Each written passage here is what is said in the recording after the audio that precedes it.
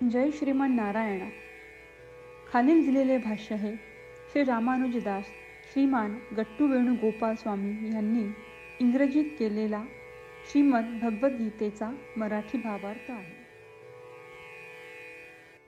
अध्याय 11वा विश्वरूप संदर्शन योग श्लोक 12वा.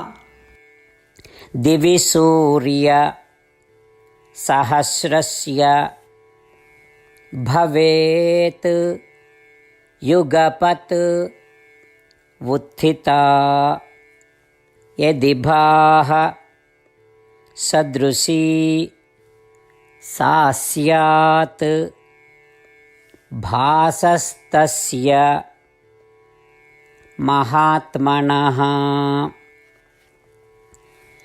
ओम. गीता आचार्य श्रीकृष्ण परमात्मा अर्जुनासह आपल्या सर्वांना विश्वरूप संदर्शन योग शिकवत आहेत.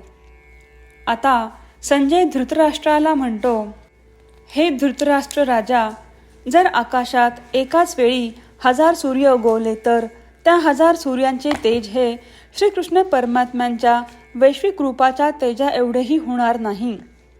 अशा प्रकारे संजय धृतराष्ट्राला श्रीकृष्ण परमात्म्यांच्या अविनाशी आणि अकल्पनीय तेजाचे वर्णन आनंदाने करत आहे. सर्व कल्पनेच्या पलीकडे असलेल्या त्या अविनाशी प्रकाश किरणांचा आस्वाद घेण्याची क्षमता आणि योग्यता प्रदान करण्यासाठी आपण श्रीकृष्ण परमात्म्यांना प्रार्थना करूया. तसेच या संपूर्ण विश्वात सर्वत्र श्रीकृष्ण परमात्म्यांचे अस्तित्व अनुभवण्याचाही प्रयत्न करूया.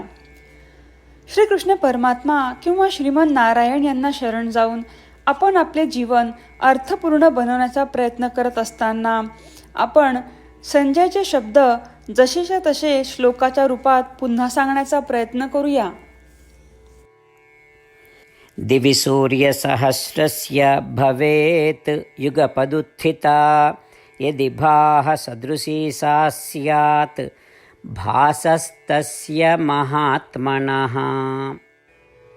श्रीमद भगवद्गीतेचे संपूर्ण सार श्रीकृष्ण परमात्म्यांनी अध्याय 18 श्लोक 65 ते 70 मध्ये 8 गोष्टी करण्यासाठी दिल्या आहेत.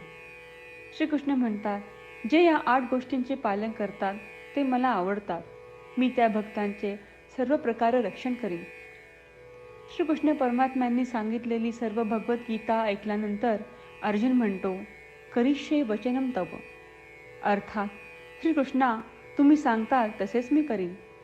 म्हणूनच श्रीकृष्णांनी अर्जुनाला सर्व प्रकारचे यश आणि विजय बहाल केले आहेत. परमात्म्याला आपले वचन देऊया की आपण या 8 क्रिया पाळू. परमात्म्याला हा शब्द देण्यापेक्षा मोठी कोणतीही पूजा, तप, यज्ञ नाही. या 8 क्रियांचा तुम्ही सर्वांनी मनाने विचार करा असे मी म्हणेन. अशा प्रकारे आपण श्रीकृष्ण परमात्म्याला आपले वचन देत आहोत. आपण सर्वांनी श्रीकृष्णाच्या चेहऱ्याचा आनंद आणि सुख अनुभवूया. जय श्रीमान नारायणा. ह्या 8 क्रिया खालीलप्रमाणे आहेत. हे श्रीमान नारायणा, तुम्ही सांगितल्याप्रमाणे मी नेहमी तुमच्यावर चिंतन आणि विचार करीन. हे श्रीमान नारायणा, तुम्ही सांगितल्याप्रमाणे मी सदैव तुमचा भक्त असेन. हे श्रीमान नारायणा, माझी सर्व कृती तुमची सेवा आणि तुमच्या समाधानासाठी करेन.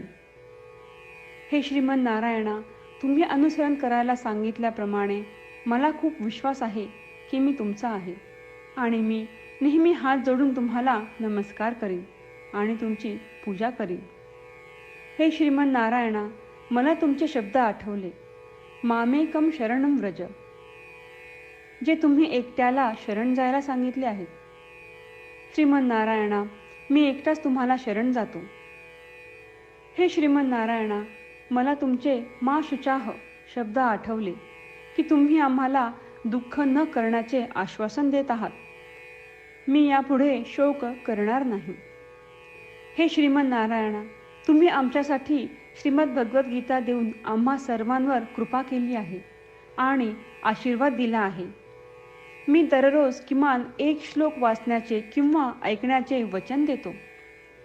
हे श्रीमन नारायणा, तुम्ही गीता सर्व मानवजातीपर्यंत पोहोचवलीस.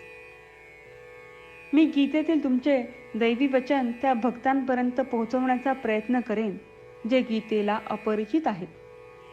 हे श्रीमन नारायणा, तुम्ही सांगताल तसेच मी करेन. तुमच्या इच्छेप्रमाणे वागेन आणि तुमच्यासाठीच काम करीन.